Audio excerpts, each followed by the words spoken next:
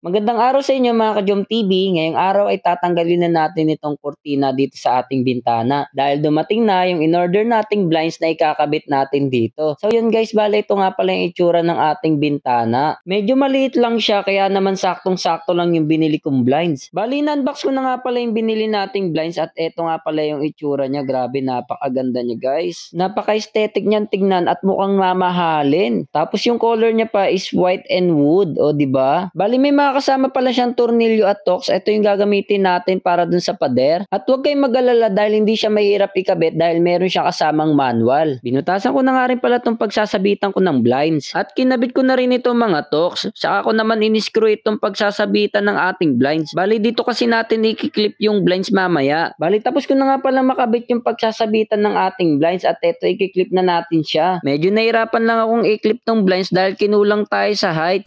Charot. Medyo mababa kasi itong upuan na pinagtutungtungan natin kaya hindi ko masilip. Medyo kailangan kasi natin ng persa dito para mai-push natin yung blinds, para maklip natin siya, at para pantay din yung pagkakakabit natin sa kanya. Bali tapos na nga pala natin siyang ikabit at ngayon susubukan na natin siya.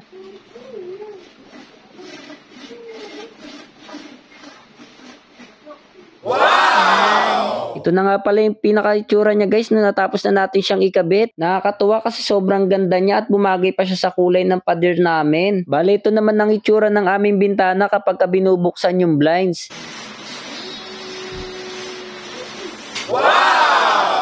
So yun guys, hanggang dito na lang. Abangan nyo yung next video ko. Mag-a-assemble naman tayo ng aesthetic na lagayan naman ng plato. So yun guys, kung gusto niyo mapanood, mag-follow kayo sa akin at abangan niyo yung next video ko. Kung hindi ka pa nakasubscribe sa akin o kaya nakapollow, mag-follow ka na para laging updated sa akin video. Hanggang dito na lang. Peace out.